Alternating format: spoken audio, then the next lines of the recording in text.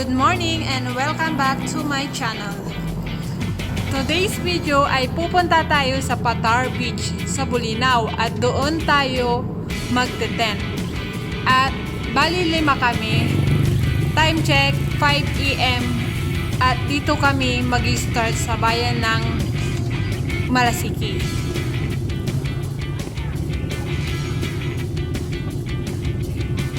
So, dito tayo sa intersection, dire-diretso lang tayo, and then yan po ang aming sign, We Love Malasiki. Sa kabila naman ang aming simbahan. Lord, gabayan niyo po kami at makarating kami sa aming pupuntahan.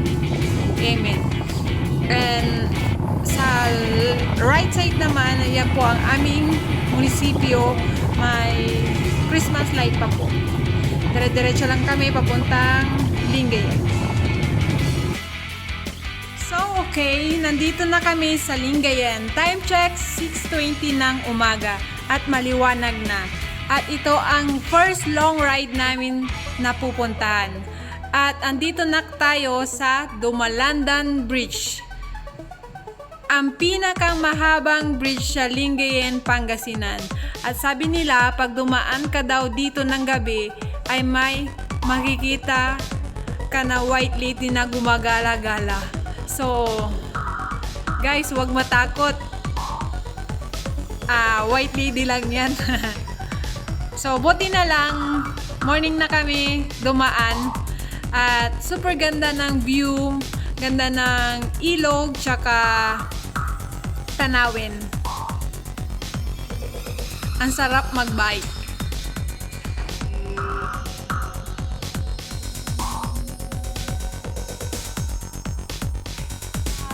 Butas! Oh, bagbag! Kabinyagan.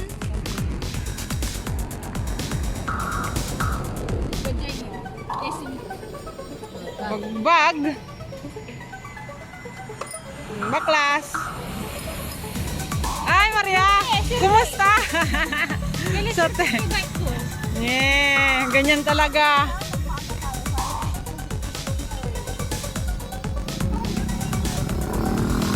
Papunta na kami sa Labrador. Malapit na kami sa Labrador. Ito.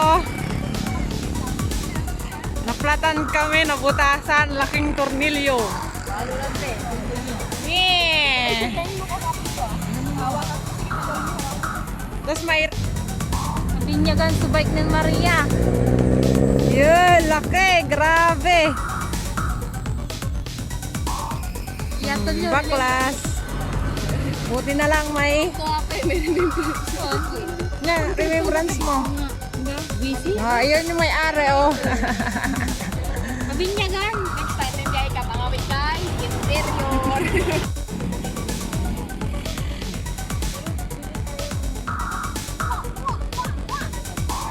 Mahirap na eh.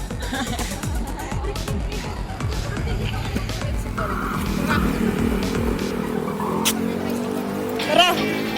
Hoy! Buti na lang ay natapos na din kaming magpalit ng interior. 30 minutes din kami nagayos. Katulad namin na pupunta sa malayo, kailangan nyo din magdala ng mga extra interior and pang vulcanizing tools, pang tapal at saka glue. Linisan lang na mabuti para hindi mabutas ulit. Malapit-lapit na tayo sa Municipality of Labrador.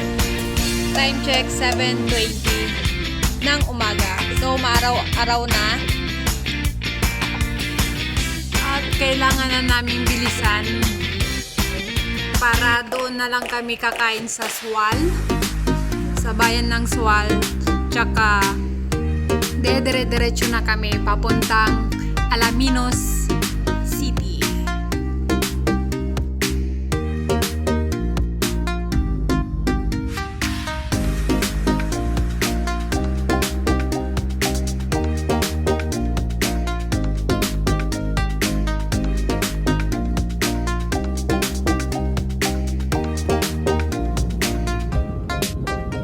Ang init.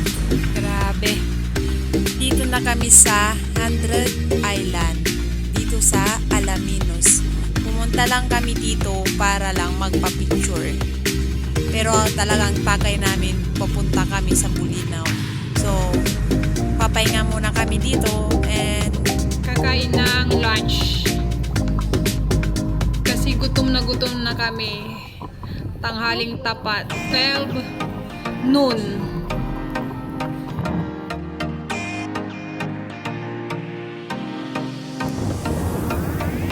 Pagkatapos ng kumain doon sa Alaminos, dire-diretso kami. Dito na kami sa Welcome to Bani. So, andito na kami sa Bani. Malapit na kami. 15 kilometers na lang papuntang Bulinaw. So, dadaan kami dito sa checkpoint. Tingnan natin kung paparahin kami or papatigilin. Kasi sa mga nagbabike naman, hindi naman nila pinapahinto. Dire-diretso lang sila. So, swerte namin kung hindi kami pinara ng nagpapara. Yung checkpoint.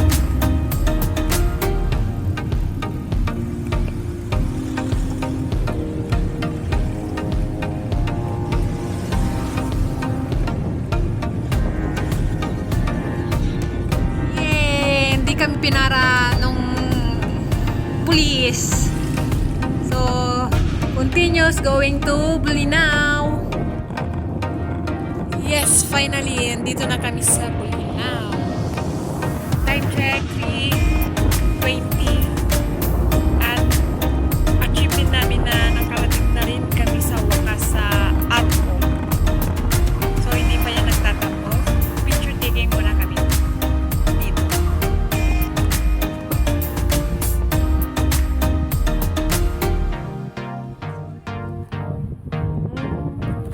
Sabi, nakatulog na ano.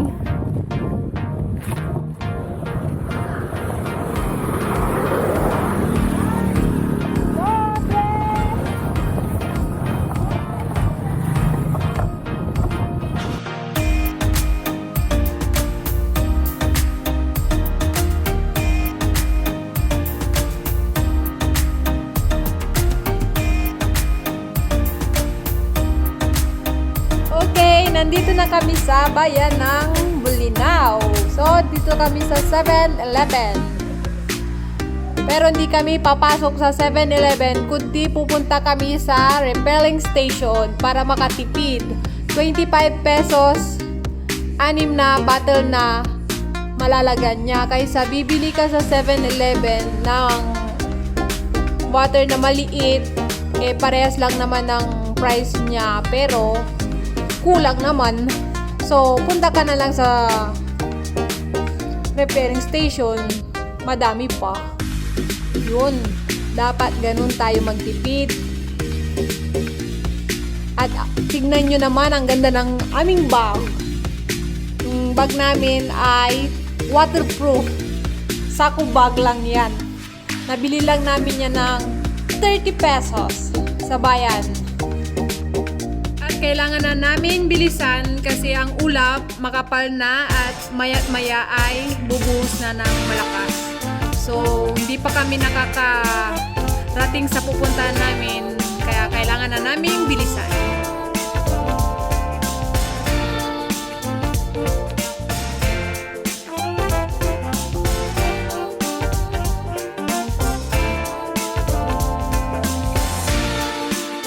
Good morning guys again.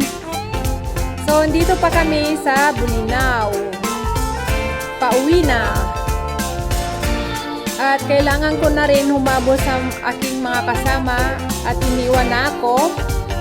Nga pala, kagabi hindi na ako nakapag-video kasi umulan ng malakas at saka natulog na rin kami kasi pagod na pagod.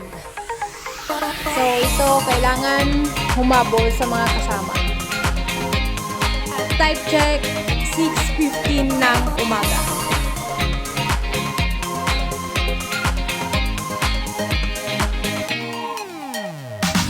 Okay, so nandito na kami ulit sa Arco ng Bulinaw.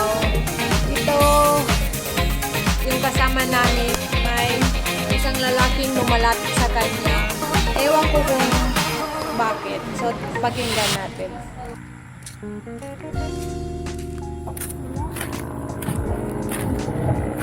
Okay. May problema?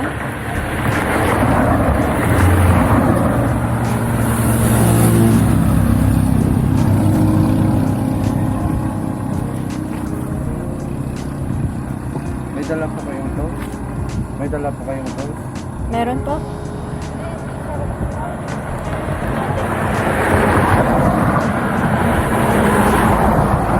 Technique din kasi ako. Ganun nyo mo para patakaling kailangan. Ayun! Akala nung lalaki, kailangan ng tulong nung kasama namin. Kala niya nasiraan siya, kaya in-offer niya yung kanyang tools. Tapos bumili pa kami ng cookies. Bago kami alis na, meron kami 500. May pang-lunch na tayo.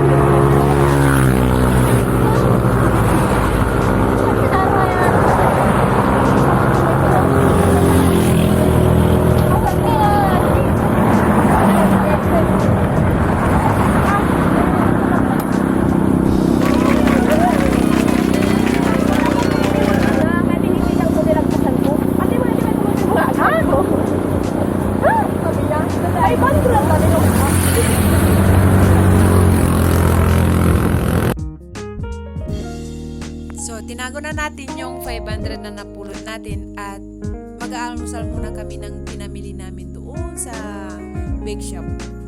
So, kain!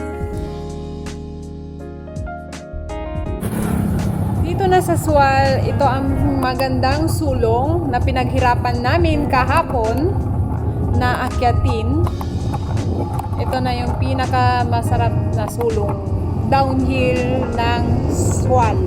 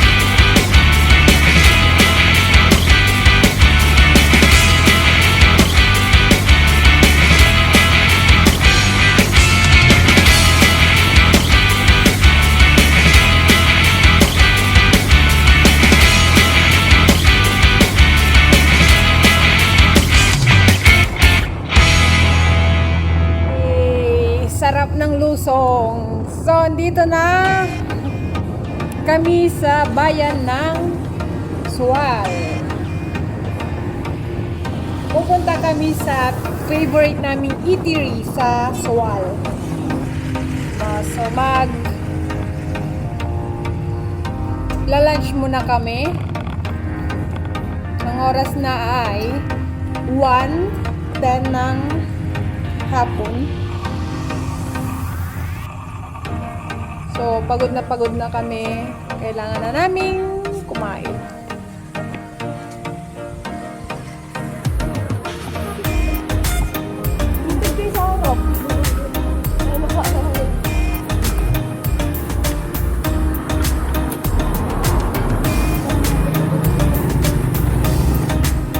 Okay, tapos na kaming kumain ng lunch. Nagkanya-kanya na kami ng way pa uwi kasi pagod na yung mga kasama ko at ako din. So, thanks for watching and don't forget to like, share, subscribe. Thank you!